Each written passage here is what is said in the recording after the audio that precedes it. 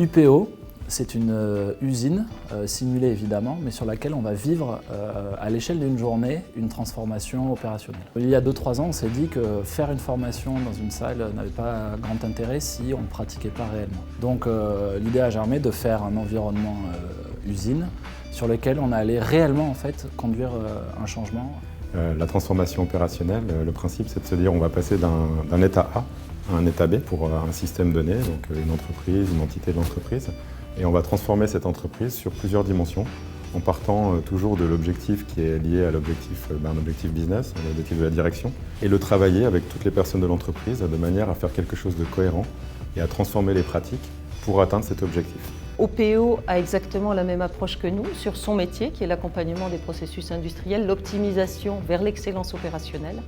Et dans ce contexte, on avait beaucoup de points communs. C'est la deuxième fois que nous lançons ce projet avec OPO, d'animer cette usine mobile. Et je crois que ce qui nous a rapprochés avec OPO, et ça date maintenant de presque il y a 3 ans, c'est la conviction qu'on a les mêmes valeurs et la même vision de l'entreprise performante.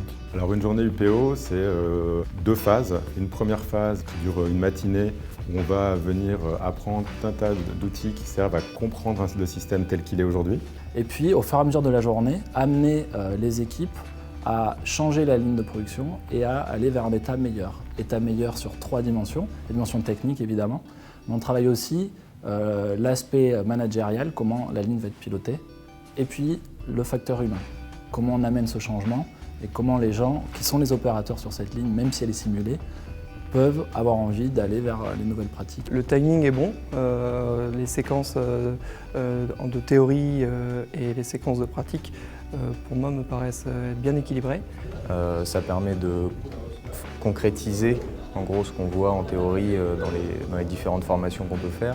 Alors sur le format de l'usine, on va dire en pilote, avec les blouses, avec globalement les EPI, les lunettes, les personnes qui prennent leur rôle, c'est à la fois ludique et en fait extrêmement impliquant. C'est à la fois très simple et très concret, donc c'est-à-dire qu'on est tous pris dans ce jeu, mais où on se pose des bonnes questions, des vraies questions industrielles qu'on rencontre tous les jours dans nos ateliers. Et on se ment plus, ça y est, on est en tenue, on est face à des situations qui en fait reflètent de manière assez conforme à ce qu'on vit au quotidien. C'est que c'est un environnement réaliste. On se met vraiment en situation et on fabrique un produit comme on le fabriquerait sur une ligne. Et ensuite, la manière dont ils adressent eux-mêmes les problématiques des entreprises qu'ils accompagnent est quelque chose d'innovant qui nous porte aussi. Le processus est tellement simplifié que tout le monde peut avoir des idées, tout le monde peut participer à la construction d'un processus plus performant et tout le monde à la fin peut fabriquer un produit bien mieux que ce qu'il était au début. On est surpris et on se laisse surprendre.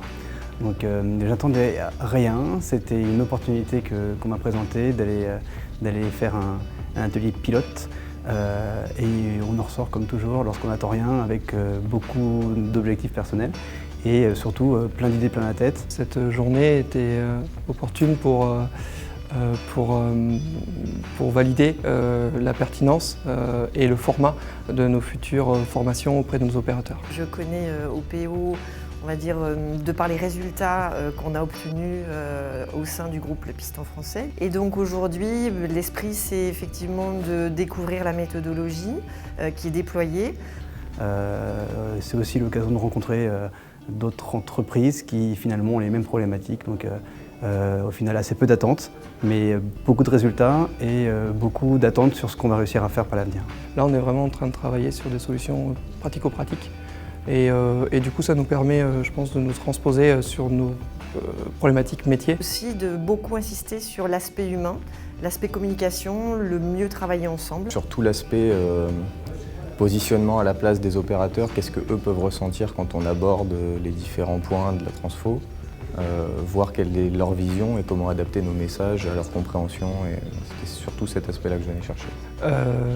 En pratique, avec cet exemple de mini-usine, c'est des choses qui sont en train de nous inspirer et je pense qu'on va essayer d'expérimenter ça au moins sur une plateforme assez rapidement pour voir dans quelle mesure on peut dupliquer l'exercice de manière un peu plus large sur le territoire national. Du coup, ça nous positionne, malgré le cadre d'une formation avec une théorie, dans des cas pratiques qui sont finalement assez proches du terrain. Donc je trouve le format à la fois ludique, innovant et vraiment chouette.